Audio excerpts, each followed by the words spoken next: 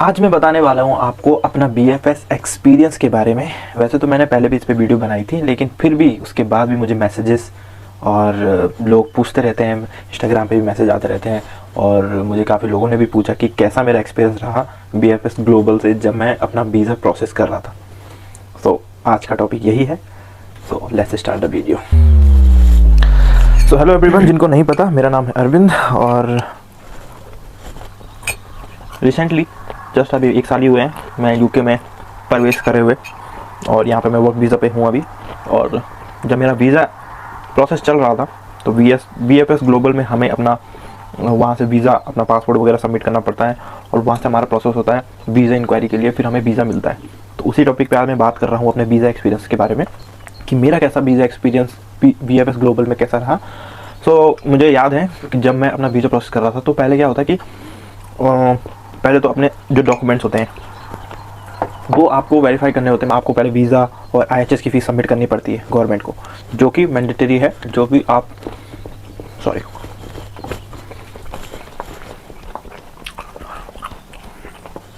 Actually अभी सुबह उठा, फ्रेश हुआ, नहाया, तो मैंने कल रात थोड़ा सा आलमंड वगैरह शौक किए हुए थे, उसी को खा रहा हूँ।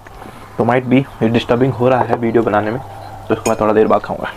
तो देखो यार, जो जैसा मेरा एक्सपीरियंस था मैं वैसे ही आपको बता रहा हूँ।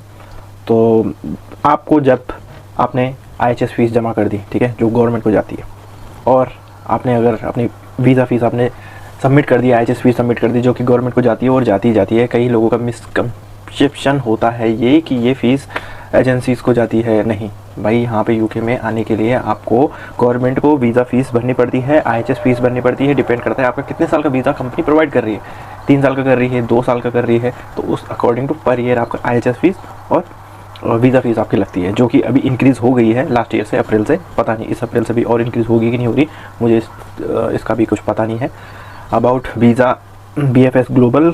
तो जब मेरा आईएचएस फ़ीस और वीज़ा फ़ीस सबमिट हो गई थी तो वहाँ से आपको एक मतलब रिसिप्ट मिलती है, वहाँ से आपको एक डॉक्यूमेंट्स मिलता है जो कि कंफर्म लेटर होता है। फिर आपको अपॉइंटमेंट मिलती है after you submit your IHS fees and visa fees. तो आपको एक अपॉइंटमेंट मिलती है जो कि आपको बीएफएस ग्लोबल में जाना होता है।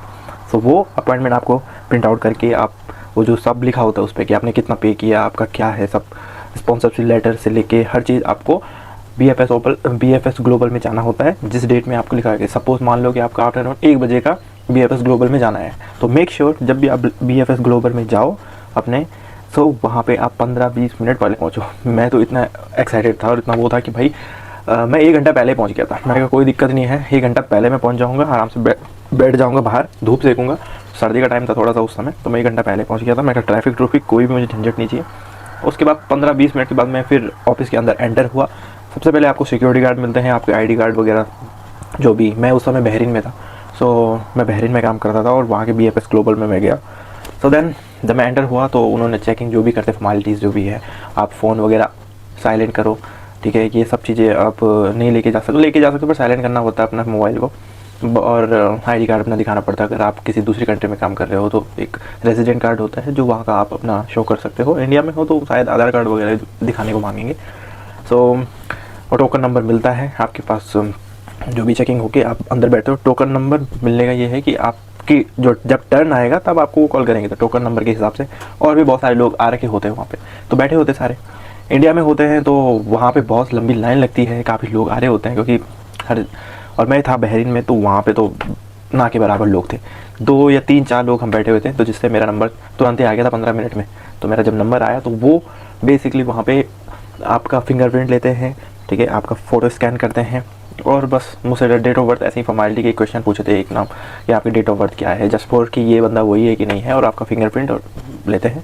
उसके बाद जैसे आपका फिंगरप्रिंट बायोमेट्रिकल इसको बोलते हैं, बायोमेट्रिकल जैसे ही डन हो जाता है आपको वहाँ से एक रिसिप्ट मिलती है और वहाँ पे एक नंबर होता है जिससे आप अपने पासपोर्ट अपने वीज़ा को ट्रैक भी कर सकते हैं कि आपका जो उस पर भी कई सारे चीज़ें रहती है। प्रीमियर अगर आप थोड़ा सा एक्स्ट्रा पैसा देते हो तो आपका पासपोर्ट थोड़ा जल्दी आपका वीज़ा लग के आ सकता है, और आपका घर पे भी कुरियर कराना है तो घर पे भी कुरियर करा सकते हो आप उस चीज़ को। ये भी स्कीम है, बट मैंने नॉर्मल में रखा जो स्टैंडर्ड रहता है, और स्टैंडर्ड वाले प्रोसेस में आपको 3 to 4 वीक, वो कहते हैं कि 3 to 4 वीक में आपका वीज़ा लग के आ जाता है। तो डिपेंड करता है ये भी उस बात पे कि आप कौन सी कंट्री में कहाँ हो। अगर आप इंडिया में हो तो शायद टाइम लग सकता है, 1 हफ्ता 2 हफ्ता 3 हफ्ता भी लग सकता है, किसी किसी का 4 हफ्ता भी 1 महीना भी लग सकता है। लेकिन मैं बहरीन में था, तो सोचो कि मुझे कितना टाइम लग गया होगा मेरा वीज़ा आने में। ओके, तो मैं बताता हूँ, मेरा जो वीज़ा जब मैंने लगाया था, तो मैंने जब सबमिट किया था अपना वीज़ा, मुझे याद है कि मेरा वीज़ा मैंने थर्ड फ़ैब को मैंने 2024 को मेरा BFS ग्लोबल में गया था, और जो मेरा वीज़ा लग के आया था वो 11 फ़ैब को मेरे लग के आ गया था। तो मुझे मैसेज नोटिफिकेशन तो आ गया था, क्योंकि आप अपना नंबर वगैरह भी वहाँ सब देते हो, मेल ID भी देते हो, तो आपका मैसेज आ जाता है और ट्रैक भी कर सकते हो। जो आपका वहाँ पे नंबर जो स्लिप देते हैं ना, तो उस पर भी आप ट्रैक भी कर सकते हो। तो मुझे आ गया था मैसेज, तो मैंने 12 और 13 फ़ैब को मैंने वो नोटिफिकेशन और मैसेज देखा। तो मुझे तो ये लगा था कि यार बहुत टाइम लगेगा, अभी 3 और 4 वीक का वो बोले हैं, और मुझे बिल्कुल भी एक्सेप्ट नहीं था ये चीज़ का कि 3 फ़ैब को मैं BFS ग्लोबल में जा रहा हूँ, 11 फ़ैब को मेरा वीज़ा लग के आ जाएगा।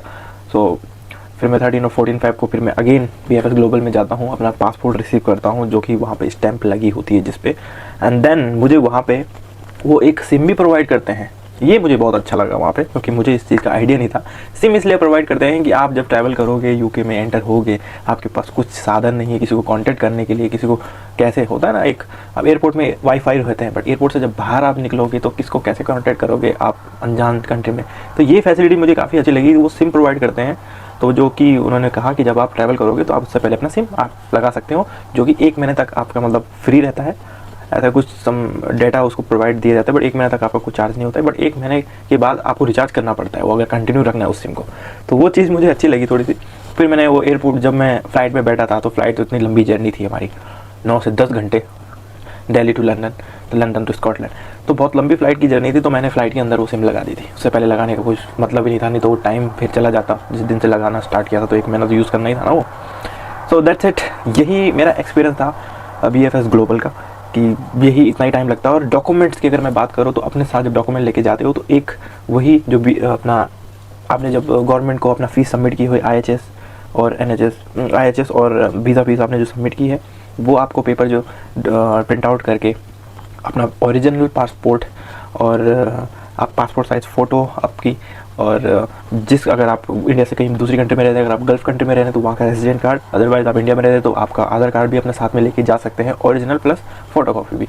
और बस यही डॉक्यूमेंट लगते हैं आपके, वहाँ पे शो करने पड़ते हैं, वो चेक करते हैं। तो ये सब आपको अपने पास लेके जाने पड़ते हैं, और कुछ इतना झंझट वाली बात नहीं होती है। एक्चुअली BFS ग्लोबल ऐसा इसलिए सिस्टम बनाया गया है क्योंकि गवर्नमेंट का ही एक वो रूल है, एक प्रोसेस है कि वीज़ा पासपोर्ट का प्रोसेसिंग करने का एक BFS ग्लोबल वो प्रोसेस करती है। इसलिए हर जगह, इंडिया हो या इंडिया से बाहर हो, हर जगह BFS ग्लोबल रहता है, ताकि हमारा वीज़ा जो है वो मतलब प्रोसेस करने में, वो वहाँ पे आपको वीज़ा नहीं देती, स्टैम्प नहीं मरवाती। उनका काम ये होता है कि आपका पासपोर्ट सबमिट करके आपका जिस कंट्री में वो होम कंट्री, जैसे UK का है, तो मैं UK में आया तो वहाँ UK की गवर्नमेंट में जाके वो फिर पूरा स्कैन करके, वो चेक करके आपके डॉक्यूमेंट्स जो भी आपके रहे होंगे, आपका सारे जो भी आपने लगाए अपने प्रोसेस में, अपने डॉक्यूमेंट्स, आपका IELTS, आपका पुलिस वेरिफिकेशन, आपका TB टेस्ट, ये सब चेक करके फिर वो अप्रूव करते हैं कि ये फेक तो नहीं है। फिर जाके स्टैम्प लग के वो फिर BFS ग्लोबल में वापस आता है, फिर आपको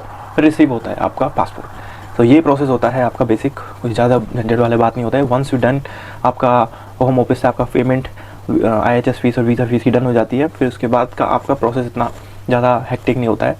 बट हाँ, थोड़ा रहती है दिल में एक दुख सा कि भाई मेरा वीज़ा कब आएगा, कैसे आएगा, क्या आएगा, क्योंकि आप, मेरा भी वही सीन था यार। हर एक बंदा एक एक्साइटेड रहता है अपना प्रोसेस के लिए जब भी होता है। तो मैं भी काफ़ी एक्साइटेड था और काफ़ी डरा हुआ भी था कि कहीं कैसे, कभी कभी ऐसा भी आता है, मन में थॉट्स आ जाते हैं कि कहीं वीज़ा वो तो नहीं होगा, कैंसिल तो नहीं होगा, कभी कुछ तो नहीं होगा। हो जाता है बहुत सारे लोगों के साथ, बट उनके साथ होता है जिनके डॉक्यूमेंट्स अगर फेक लगा रखे हो, जिनके डॉक्यूमेंट गलत लगा रखे हो, प्रोसेसिंग मतलब होता है ना कई चीज़ें, तो उनके साथ होता है। बट अगर आपने जेन्युइन तरीके से किया है, सब टेस्ट आपने, डॉक्यूमेंट्स आपने सबमिट किया है, तो कोई ऐसा होता नहीं है, बहुत ना के बराबर। तो that's all, this is the my experience. Hope so आपको वीडियो पसंद आई होगी, और so do comment, like, share and subscribe.